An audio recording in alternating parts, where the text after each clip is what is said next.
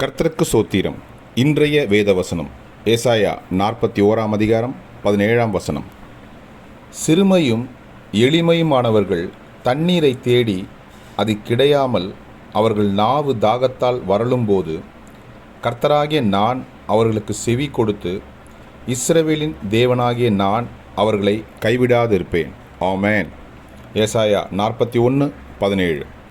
சிறுமையும் எளிமையுமானவர்கள் தண்ணீரை தேடி அது கிடையாமல் அவர்கள் நாவு தாகத்தால் வரலும்போது கர்த்தராகிய நான் அவர்களுக்கு செவி கொடுத்து இஸ்ரவேலின் தேவனாகிய நான் அவர்களை கைவிடாதிருப்பேன். ஆமென்.